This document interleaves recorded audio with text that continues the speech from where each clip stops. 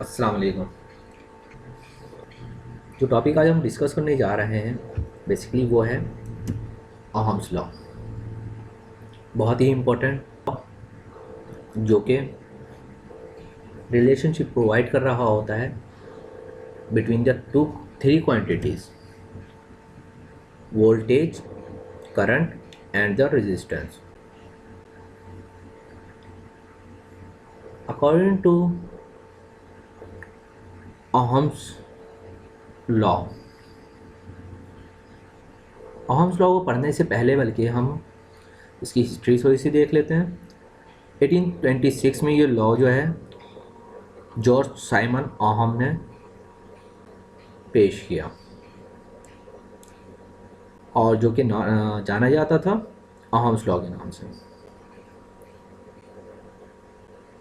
ये लॉ जो है बेसिक फाउंडेशन प्रोवाइड कर रहा होता है तमाम सर्किट्स एनालिसिस के लिए, इलेक्ट्रॉनिक्स की फील्ड में या इलेक्ट्रिकल की फील्ड में।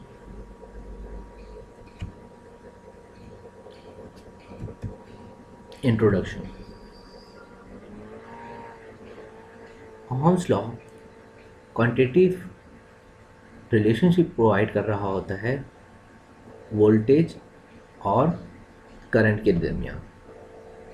जब भी किसी भी कंडक्टर में से करंट को फ्लो करवाना हो तो उसके लिए हमें पोटेंशियल डिफरेंस या वोल्टेज की ज़रूरत पड़ती है।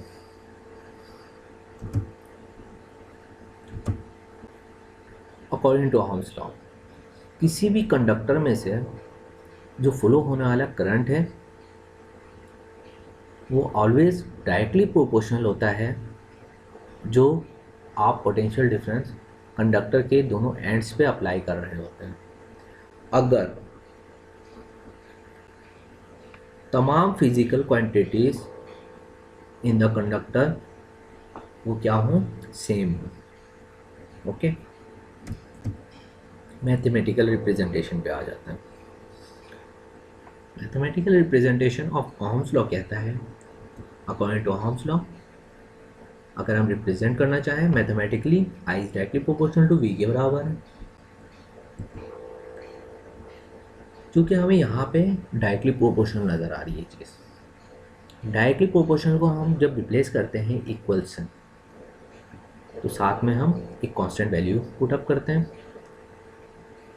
के, वेयर, जहाँ पे के जो है कांस्टेंट ऑफ प्रोपोर्शनलिटी है और नोन किया जाएगा conductivity of the material of the conductor, उस कंडक्टर की कंडक्टिविटी में, कि how many charges can flow और allow the conductor to flow from it, कि कितने अमाउंट में किसी भी कंडक्टर में से चार्जेस को हम फ्लो करवा सकते हैं।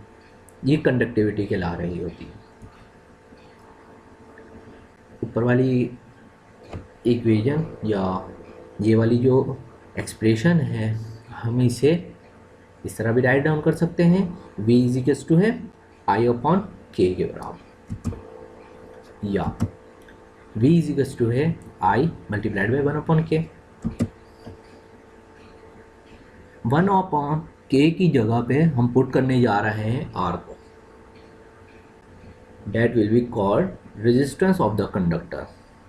जब हम यूनिवर्स में किसी भी थिंग्स की बात करते हैं तो कोई भी चीज़ जो है यूनिवर्सली आइडियल नहीं होती।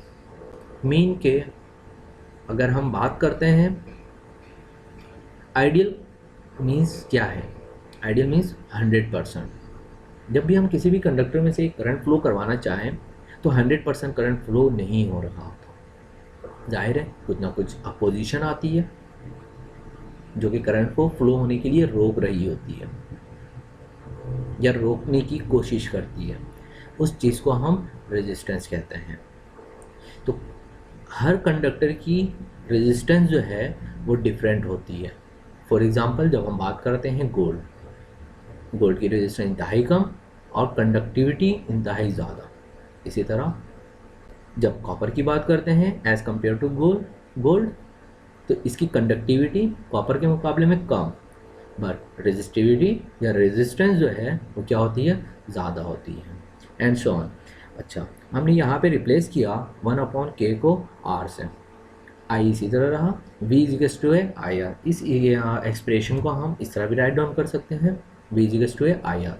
ओके, दैट इज़ द हमारे पास फाइनल एक्सप्रेशन प्रोवाइड करता है ओहम्स लॉ के लिए। The above equation gives the relationship between the current, voltage and resistance, जो कि जाना जाता है ओहम्स लॉ। नेक्स्ट आ जाते हैं इसकी ग्राफिकल रिप्रेजेंटेशन के ऊपर। ग्राफिकल रिप्रेजेंटेशन, जब हम ग्राफिकल रिप्रेजेंटेशन करते हैं between electric current and potential difference के बिटवीन में, तो एक स्ट्रेट लाइन हमें गेट होता है कुछ इस तरह से। v को हमने x एक्सिस पे पुटअप किया और i को y एक्सिस पे। देन जैसे जैसे हम वोल्टेज को इंक्रीज कर रहे हैं, हमें नज़र आ रहा है i की वैल्यू क्या हो रही है, इंक्रीज हो रही है, and so on.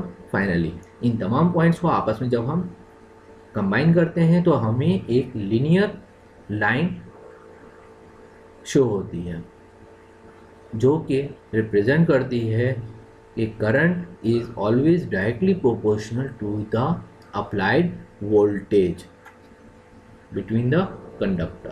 Okay, that is all.